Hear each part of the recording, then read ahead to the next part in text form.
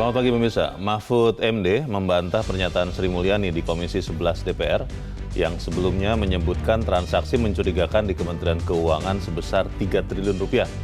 Yang benar kata Mahfud nilainya mencapai 35 triliun rupiah. Tidak hanya itu, Mahfud juga membeberkan transaksi keuangan mencurigakan terkait kewenangan pegawai Kementerian Keuangan sebagai penyidik tindak pidana asal dan tindak pidana pencucian uang sebesar 261 triliun rupiah. Pemirsa, inilah editorial Media Indonesia edisi hari ini Kamis 30 Maret 2023 dengan tema Jangan Drama di Senayan bersama saya Luna Samosir. Editorial Media Indonesia ini juga dapat Anda simak melalui MG Radio Network di frekuensi 94,7 FM di kawasan Jakarta dan sekitarnya. Para pendengar dan Anda semua bisa ikut menyatakan pendapat Anda dengan menelepon nomor telepon 021 583 99 100. Dan pemirsa, pagi ini telah hadir bersama saya anggota Dewan Redaksi Media Group Abdul Kohar. Mas Kohar, selamat pagi. Selamat pagi, Leo. Sehat-sehat, Mas? Sehat, alhamdulillah. Di hari-hari belakangan ini banyak drama ya. Ada drama sepak bola, ada drama di Senayan, tapi kita nanti akan membahas jangan ada drama di Senayan. Sebelumnya kita lihat dulu, Mas Kohar dan pemirsa, beberapa berita sebelum kita bahas editorial. Yang pertama ini headline Media Indonesia untuk hari ini ditulis dengan huruf putih di latar belakang hitam, pupus sudah. Ini terkait dengan harapan tim U20 Indonesia ya Mas Kohar ya. Ini maksudnya ada beberapa teman yang masih belum mengerti. Apakah ini artinya tim U20 Indonesia memang juga tidak bisa bermain atau memang penyelenggaraannya saja yang pindah? Tidak bisa bermain. Bisa bermain. Karena Indonesia tidak lolos. Indonesia lolos berdasarkan tuan rumah. Karena menjadi tuan rumah. Karena menjadi tuan rumah. Kemarin kualifikasi Piala Asia U20, Indonesia tidak lolos ke fase grup. Nah, karena itu ya risikonya dengan tidak ditunjuknya Indonesia atau dicabutnya mandat ya Indonesia sebagai tuan rumah Piala Dunia U20, maka ya otomatis tim kita tidak bisa bertanding dan digantikan oleh tuan rumah yang baru yang sebentar lagi akan ditunjuk oleh FIFA. Ya, itu apa yang disebut dengan pupus sudah ini kan sebetulnya mengutip pertama kali apa yang disampaikan oleh penyerang timnas U20, Hoki Caraka, yang mengatakan tolong perjuangkan kami, jangan kubur mimpi kami, kan kira-kira begitu. Jangan membuat pupus mimpi kami. Dan faktanya mimpi mereka akhirnya pupus. Karena banyak yang berharap bahwa dengan Piala Dunia ini Indonesia dilirik. Timnas Indonesia U20 dilirik. Tapi bencana datang kan, di ujung ketika Gubernur Bali, Iwayan Koster, Gubernur Jawa Tengah, Ganjar Pranowo, dua orang gubernur ini kebetulan adalah gubernur tempat di mana dua lapangan akan dipakai, yaitu Iwayan Dipta, Stadion Iwayan Dipta, dan stadion yang ada di Solo, Manahan Solo. Jadi dengan statement dari dua gubernur ini, maka FIFA menganggap tidak ada garansi lah, tidak ada garansi bagi Indonesia.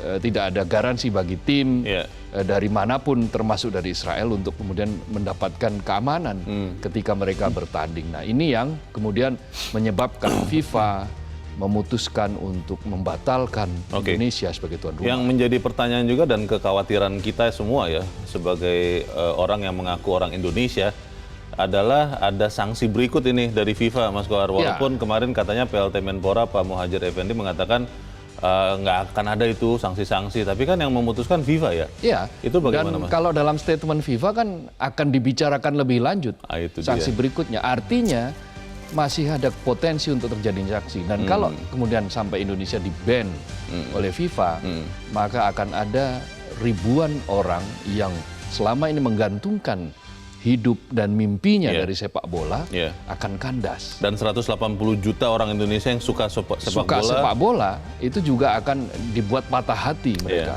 dibuat kecewa. Kita tidak menghindari lah bahwa perbedaan pendapat itu biasa, tetapi perbedaan pendapat yang kemudian mengecewakan jutaan orang, mengecewakan banyak orang yang kemudian berharap Indonesia bisa berbicara di forum internasional, bisa berbicara melalui sepak bola, melalui olahraga, kemudian dimatikan oleh anak bangsa sendiri. Ada beberapa teman yang mengatakan kepada saya, Mas Kohar, Leo, Indonesia sekarang bukan negara hukum lagi. Jadi negara apa? Negara politik, katanya begitu. Kita bahas nanti lebih lanjut di kesempatan yang lain. Kita beralih dulu, Mas Kohar dan pemirsa, ke berita selanjutnya dari halaman 8. Ini terkait dengan sekarang musim umroh yang sudah berjalan, sedang berjalan dan akan berjalan. Polda Metro Jaya mengatakan selektif pilih Biro Perjalanan Umroh. Ya. Ini ada kasus lagi nih, Mas Kohar, bagaimana? Iya, ada dugaan penipuan yang dilakukan oleh PT NSWN yang menyebabkan ada sekitar 500 orang peserta umroh yang kemudian tidak bisa pulang. Oh, tidak bisa pulang? Tidak bisa pulang karena ada beberapa hal yang terkait dalam penyelenggaraan yang membuat mereka itu kemudian ya tertipu. Nah, beberapa orang tidak bisa pulang setelah sampai sana, kemudian bingung. Nah, uang sudah habis. Nah, kerugian ditaksir sekitar 91 miliar dari ratusan orang ini. Nah, hal-hal semacam ini akan mengulang apa yang pernah terjadi beberapa waktu yang lalu. Kita ingat first travel misalnya, kan pernah terjadi. Karena itu ya kepada para jemaah calon untuk lebih selektif lah ya. Selektif melihat sebuah biro perjalanan umroh, apakah mereka betul-betul kompeten di bidang itu, apakah sudah memenuhi standar gitu kan. Dan pemerintah juga tidak boleh berhenti untuk selalu melakukan sosialisasi. Biro perjalanan seperti apa sih yang disebut kredibel gitu? Ada standarnya kan? Kalau di barang itu ada SNI, standar nasional, yang mestinya ini juga ada. Gitu. Sosialisasi dan juga melakukan semacam razia begitu mungkin ya, Mas Kohar, untuk menyisir apakah lembaga-lembaga ini kredibel. Lalu juga untuk calon jemaah umroh, ya jangan tergiur harga murah ya. Ini kan kalau tidak salah motifnya karena dilihat harganya murah begitu ya. Betul, sama kayak seperti beberapa saat yang lalu first travel dan beberapa biro umroh yang menggunakan skema Ponzi kan. Nah, yang ini akan sangat berbahaya bagi jemaah yang lain. Harus ada tindakan nyata dan keras untuk mencegah hal serupa terjadi. Kita ke berita selanjutnya di halaman 9. Ini terkait dengan pasokan bahan pangan. Terus jaga keandalan stok. Ini kalau dikatakan di dalam berita Presiden melihat harga beras sudah turun tapi belum memuaskan. Dan ada harga-harga bahan pokok lain yang masih terus naik. Bagaimana nih Mas Kohar? Ya, tentu ini adalah persoalan hajat hidup orang banyak.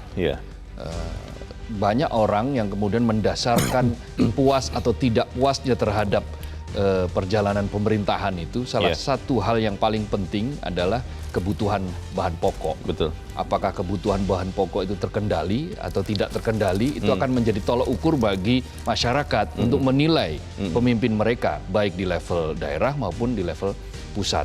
Nah, sekarang ada kabar yang agak mengenakan ya, menggembirakan lah ya bagi publik, bahwa harga beras yang setelah beberapa saat yang lalu berada di posisi tinggi, belasan ribu, nah sekarang sudah mulai turun menjadi 10 ribuan. Nah, tetapi itu belum cukup karena kan ada beberapa komponen harga pokok lainnya yang juga masih harus diturunkan lagi. Mereka justru cenderung naik. Bumbu-bumbu. Cabai terutama itu ya. Nah, hal-hal semacam ini harus menjadi menjadi concern lah.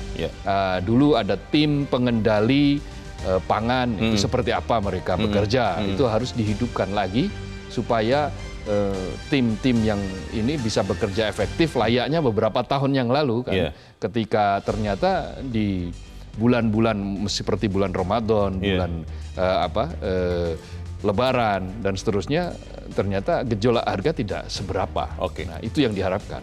Baik, kita harapkan tindakan pengendalian harga ini benar-benar efektif ya. Kita melihat harga bahan-bahan pokok akan terkendali.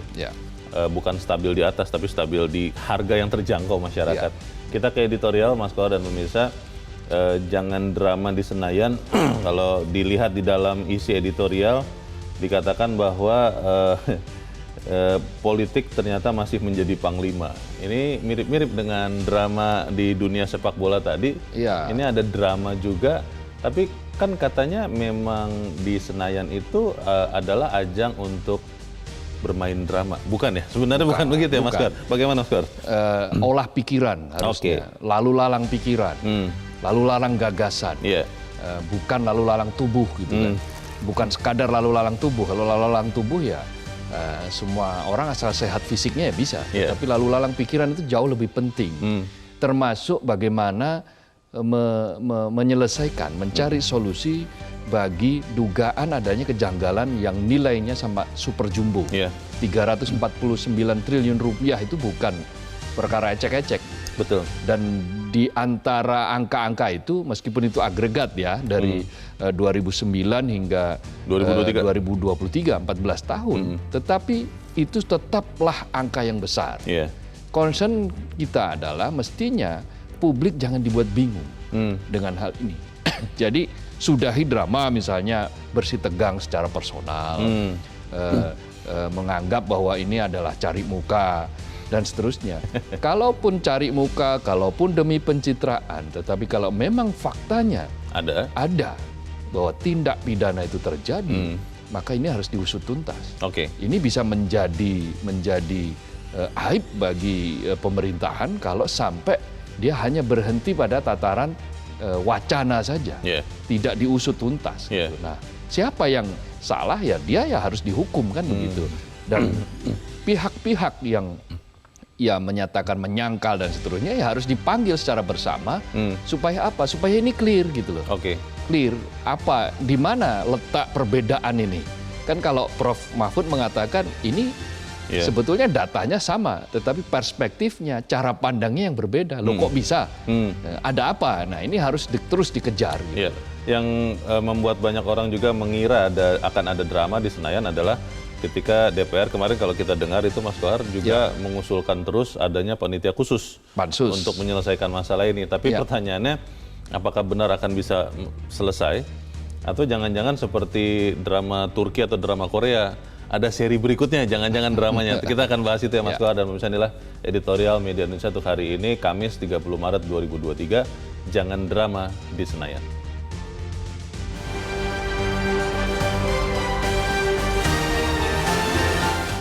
Jangan drama di Senayan.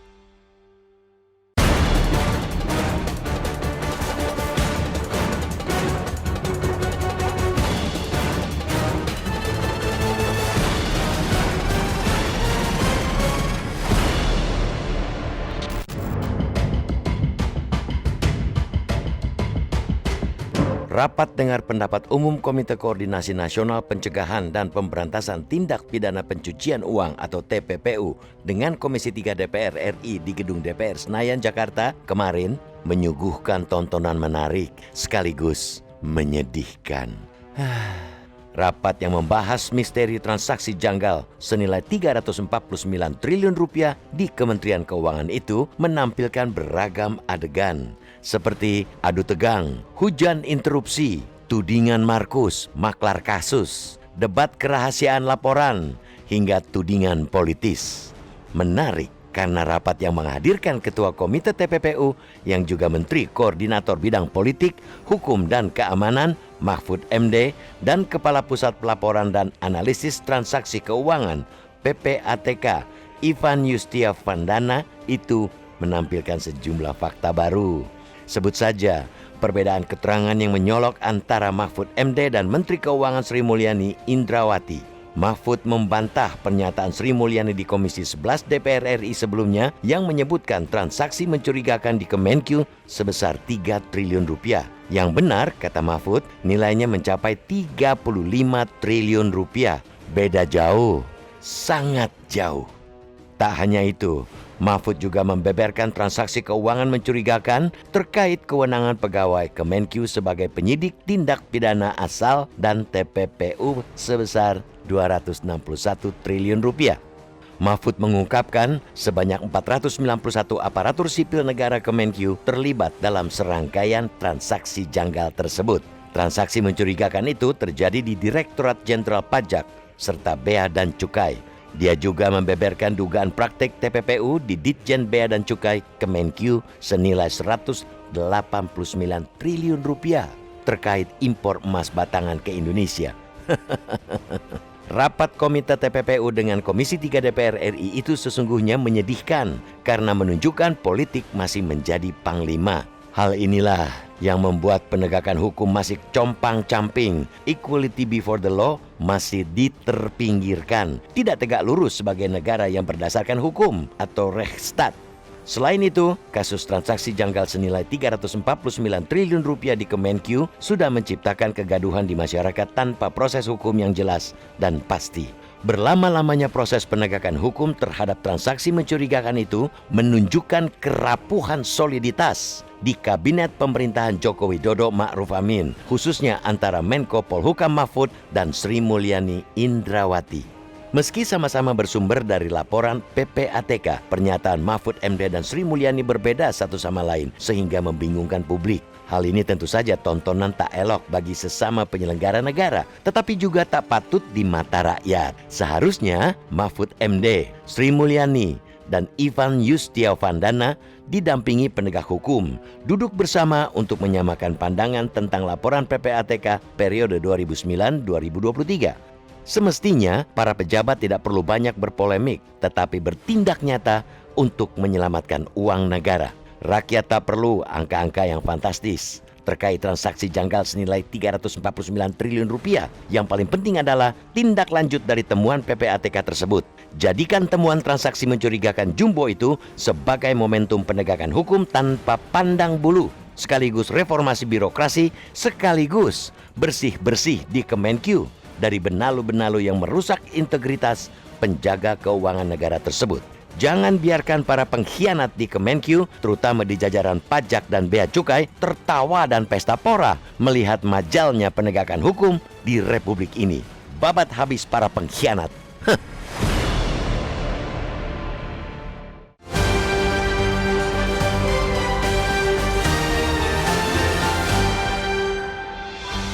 Di bagian berikut Anda bisa menyatakan pendapat Anda terkait editorial pagi ini. Pemirsa, untuk saat ini tetaplah bersama kami.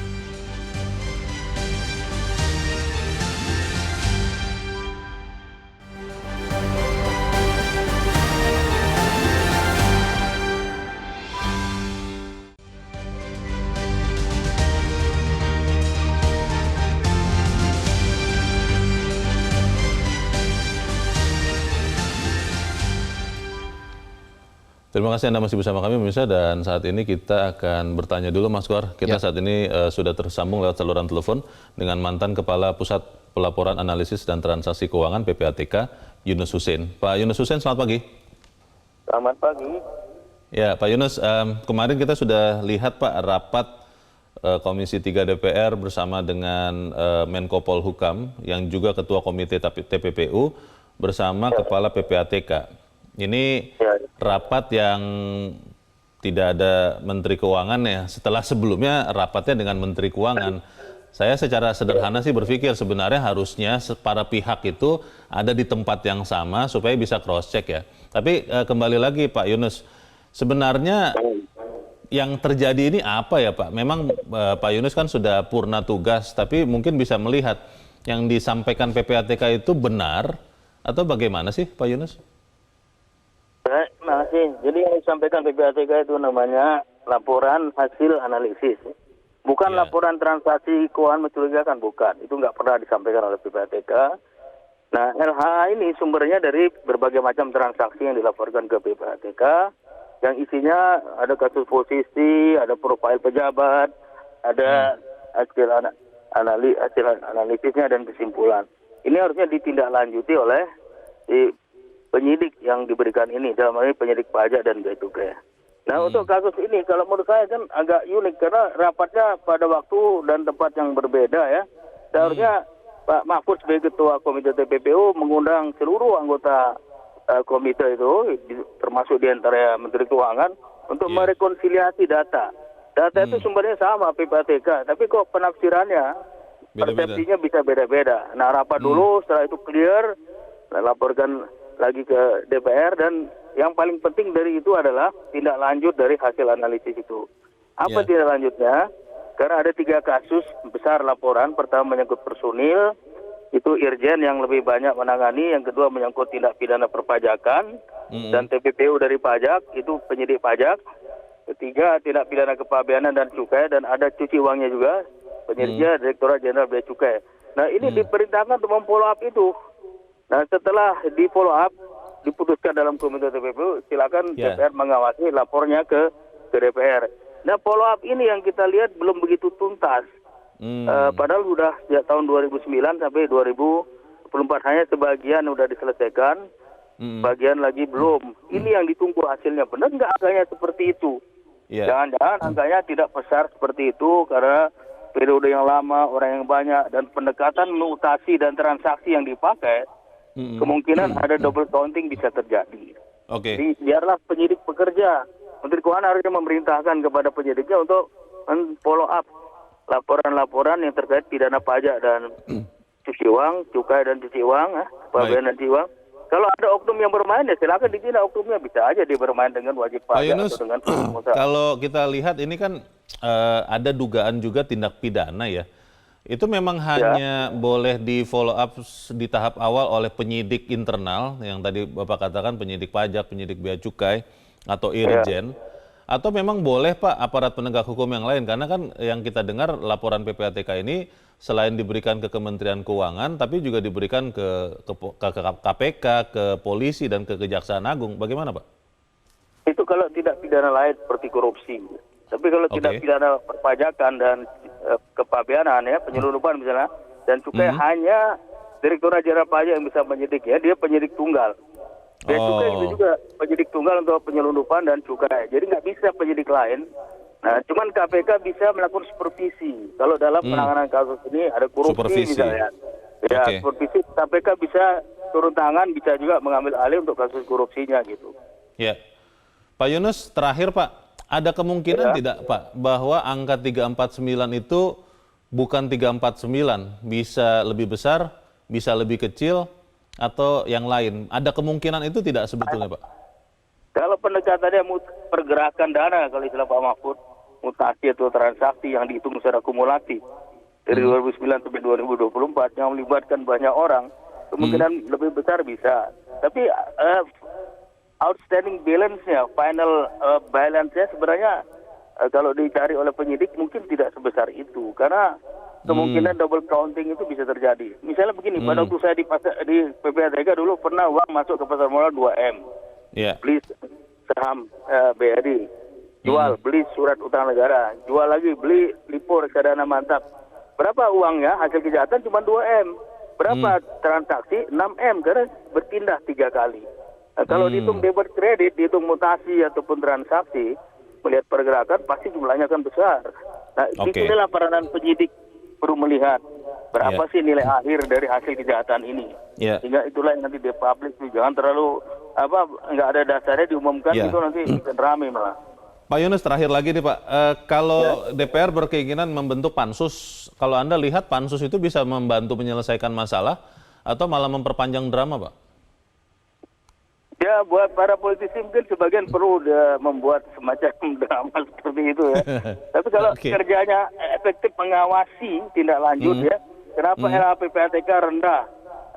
Kemudian yang kedua, kenapa penyidik tidak banyak menindaklanjuti itu dengan penyidikan? Kemudian kenapa aset recovery-nya uangnya 349? Apa benar recovery-nya sebesar itu nanti? Karena selama ini kita dikritik oleh PTF, recovery aset kita sangat rendah gitu. Sementara ini kan lapornya besar sekali. Sekian, apakah benar recovery semua akan terjadi dengan nilai seperti itu? Nah, DPR belum mengawasi 3 hal itu. Ya, lebih baik itu yang ditekankan ya daripada mungkin membentuk yang lain-lain seperti pansus atau yang lainnya. Terima kasih Kepala Pusat Pelaporan Analisis dan Transaksi Keuangan Yunus Hussein sudah mencerahkan kami. Selamat pagi Pak Yunus. Selamat. Ini menarik Mas Kohar, tapi kita terpaksa harus membahasnya selepas jeda. Dan pemirsa tetaplah bersama kami, Editorial Media Indonesia akan kembali seusai Headline News pukul 7 waktu Indonesia Barat.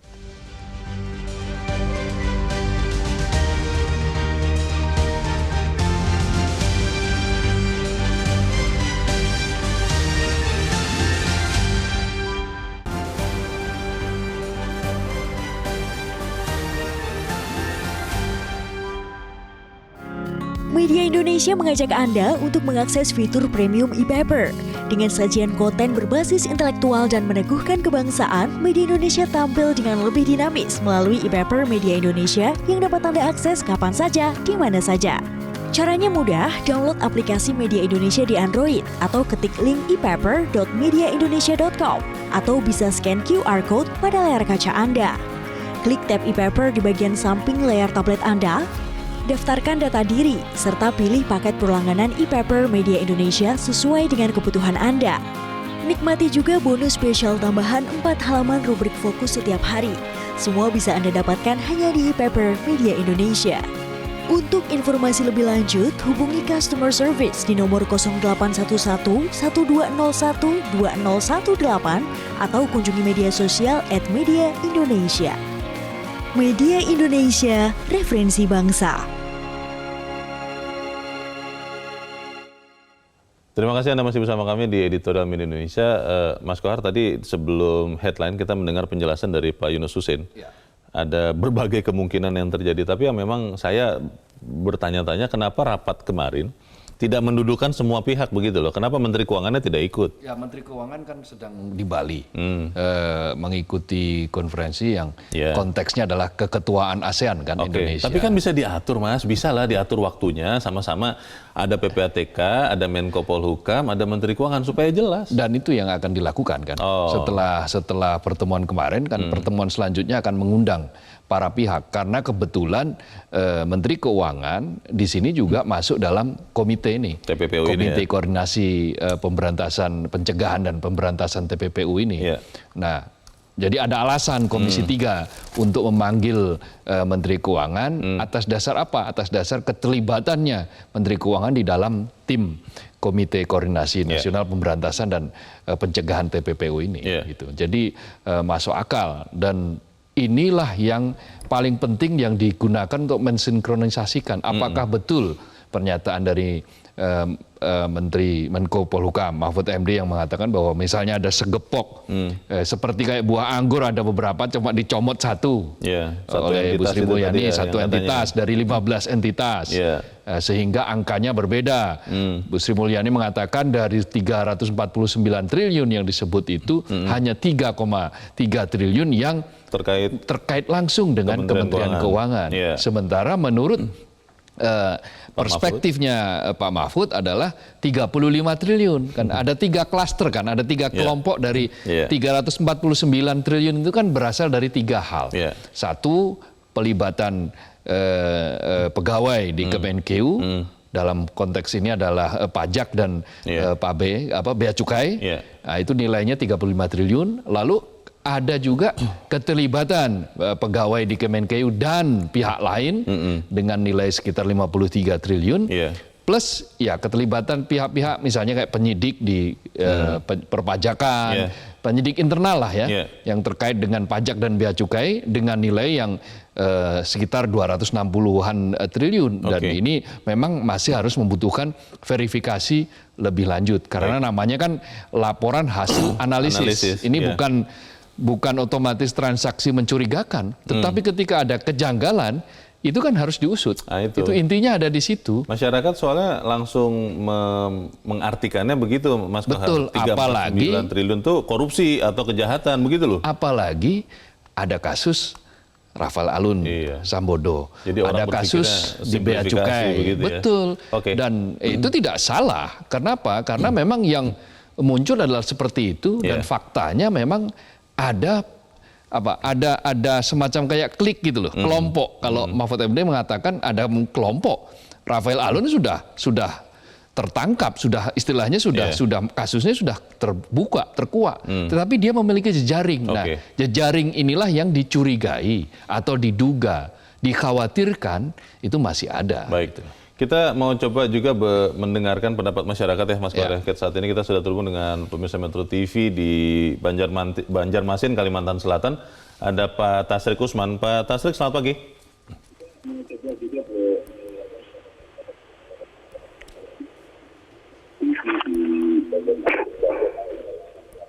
Halo.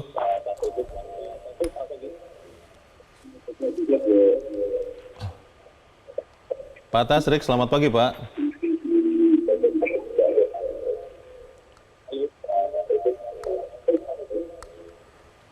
Kelihatannya masih belum bisa terhubung dengan Pak Tasrik Usman di Banjarmasin atau ada gangguan komunikasi. kita mungkin akan mencobanya lagi, tapi kita beralih dulu ke pemirsa Metro TV berikut. Kali ini ada di Mataram, Nusa Tenggara Barat, Pak Bion. Pak Bion, selamat pagi.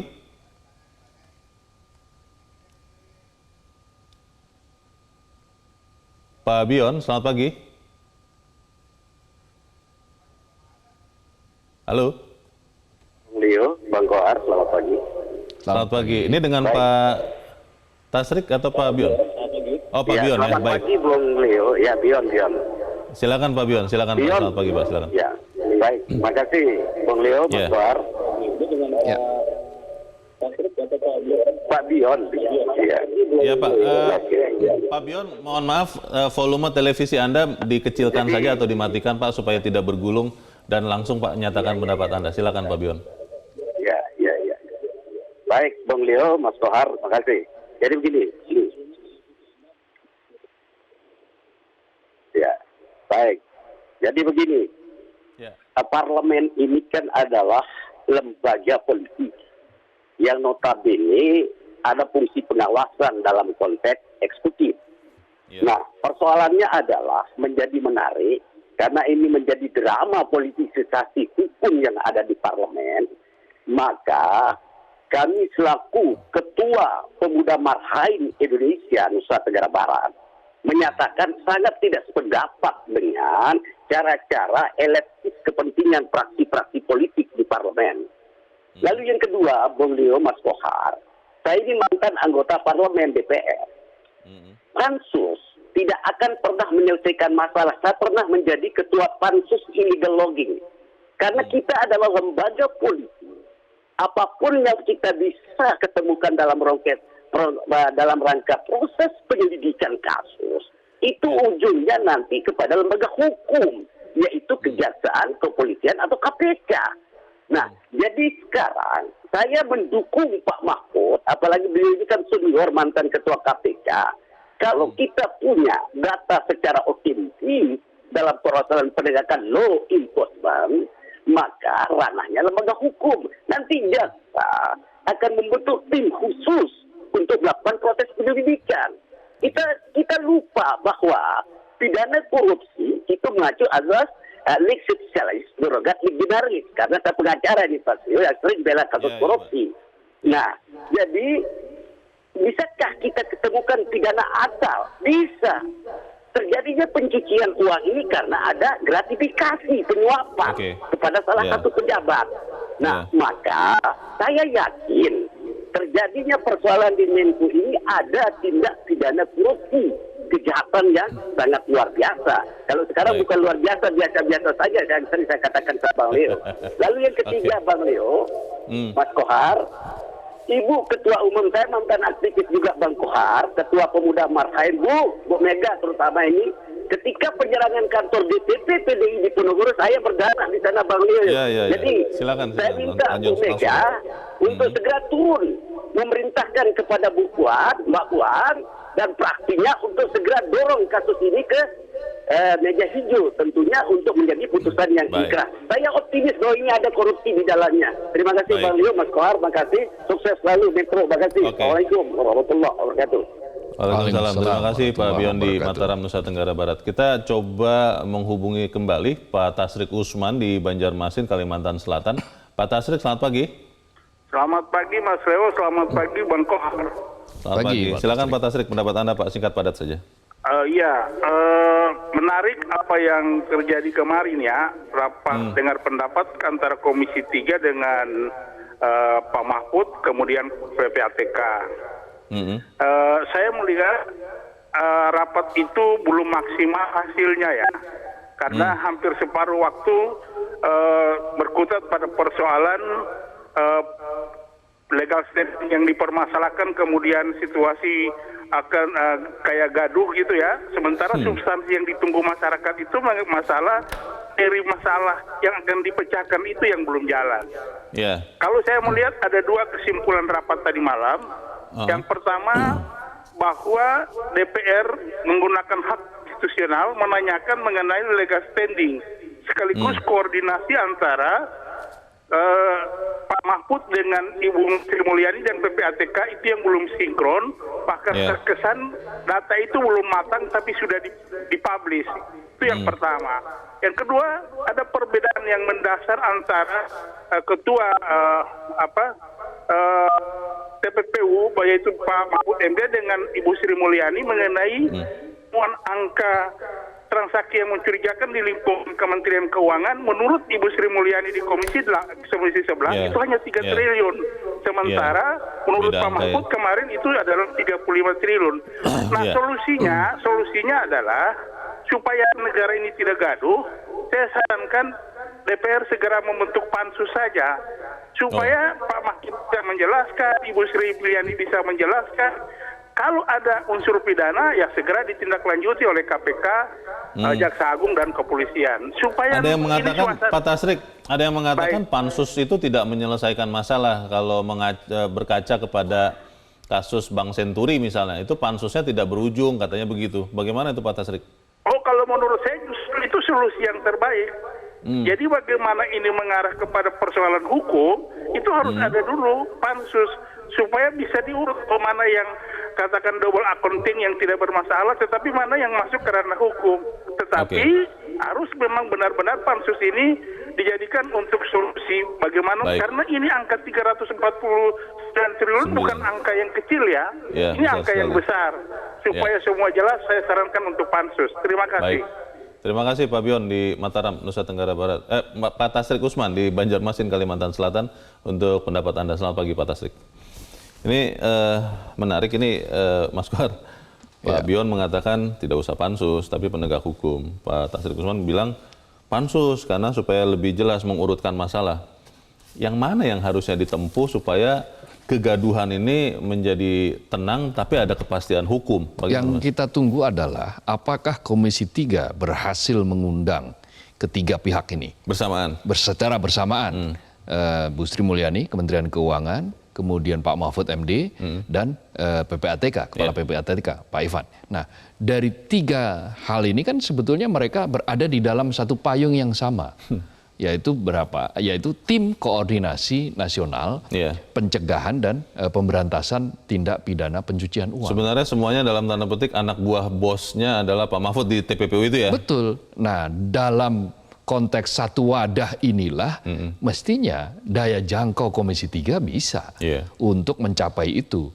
Kalau bisa diatasi dengan diundang di dalam sebuah rapat dengar pendapat umum di Komisi 3 yang kemudian bisa disaksikan secara terbuka, maka dari situ akan kelihatan, dari situ akan ketahuan. Tidak perlu dilakukan pansus. Korek semuanya di situ, di Komisi 3. Alat kelengkapan Dewan ada di situ semua. Bisa pertanyakan mengapa sampai terjadi tidak ada tindak lanjut misalnya. Laporan disampaikan dari 2017 misalnya, atau 2009. Angkanya terlalu besar. Di mana itu yang terjadi? Nah, masalahnya di mana? Masalahnya ada di mana? Jangan-jangan karena memang sistem itu mengakomodasi hal-hal seperti itu. Apa? Saya misalnya mengutip apa yang dirisaukan oleh ekonom Faisal Basri yang mengatakan bahwa di Direktorat Jenderal Perpajakan ini, pajak ini tidak bisa diaudit oleh BPK sebelum ada izin dari Menteri Keuangan, izin tertulis dari Menteri Keuangan. Dan ini sudah pernah di judicial review, dibawa ke Mahkamah Konstitusi undang-undang ini, tetapi gagal. Nah, apa boleh buat? Akhirnya sebetulnya momentum yang paling penting adalah ini ketika ada kasus Alun itu mestinya bisa menjadi pintu masuk bagi lembaga lain yang punya tugas, punya kewenangan untuk mengaudit proses-proses yang terjadi di situ untuk masuk melakukan audit. Bisa, tetapi sulit. Dikatakan seperti itu. Mengapa sulit?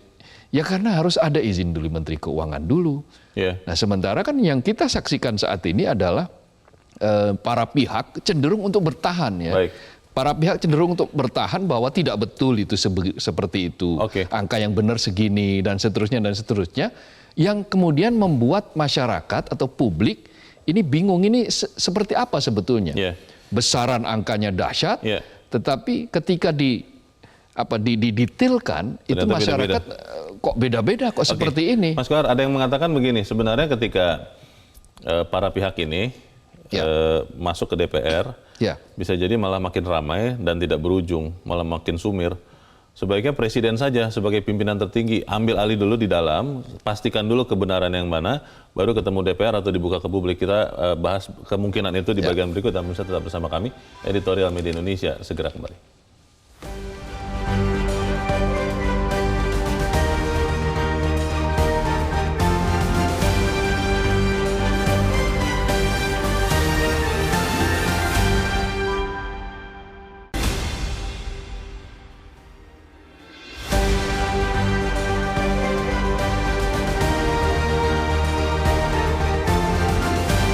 Terima kasih Anda masih bersama kami. Kita di bagian akhir diskusi kita pagi ini. Mas Kohar, kalau presiden yang harus kemudian ambil alih semua ini, karena kan ini kelihatannya satu sama lain bersikeras bahwa dirinya benar atau lembaganya benar, itu bagaimana Mas?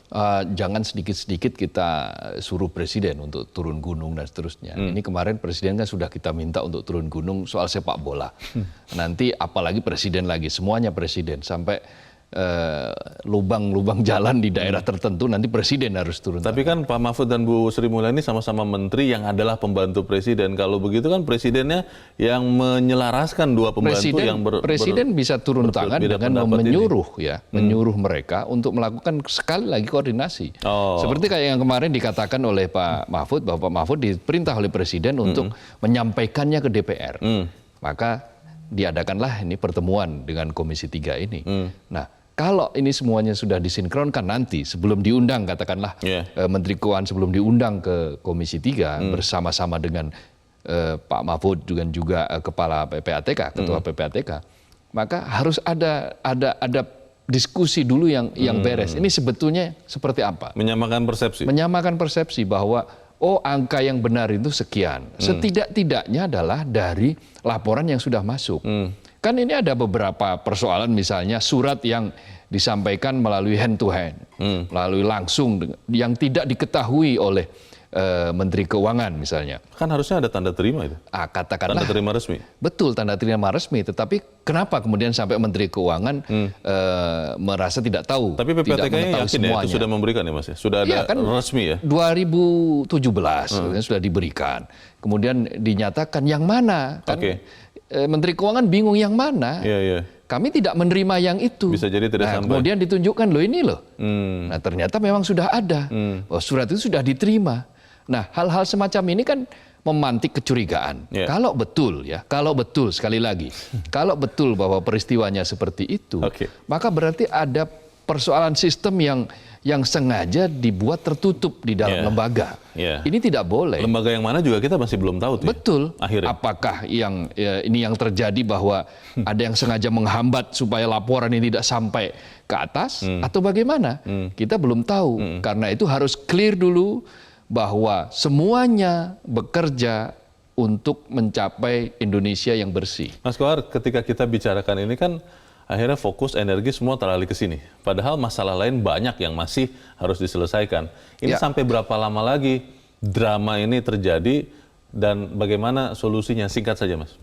Kita tetap harus mengusut ini. Kita tidak bisa meremehkan ini dengan alasan bahwa masih ada perkara yang lain. Baik. Jangan-jangan kemudian atas nama itu, maka kasus ini kemudian ditenggelamkan. Tidak jelas. Nah, ini perkara uang yang sangat besar, dan kalau memang betul itu ada kejanggalan, lalu kemudian ketika diusut ternyata di situ ada dugaan tindak pidana, bahkan jangan-jangan ada tindak pidana pencucian uang, maka tidak bisa dimaafkan. Kita tunggu berarti episode terakhir dari drama ini. Jangan seperti sinetron di Indonesia yang terus berpanjang-panjang karena menghasilkan keuntungan. Mas Kohar, terima kasih sudah di tempat ini. Selamat pagi. Selamat pagi Leo, terima kasih. Pemirsa, rakyat tidak perlu angka yang fantastis terkait transaksi janggal 349 triliun. Yang paling penting adalah tindak lanjut dari temuan PPATK itu. Jadikan temuan transaksi jumbo mencurigakan itu sebagai waktu, momentum untuk menegakkan hukum tanpa pandang bulu dan mereformasi sekaligus bersih-bersih di Kementerian Keuangan dari benalu yang merusak integritas penjaga keuangan negara. Mari kita tunggu episode terakhir dari drama ini. Saya Leonard Samuslim, terima kasih Anda sudah menyimak editorial Media Indonesia untuk pagi ini. Selamat pagi, sampai jumpa.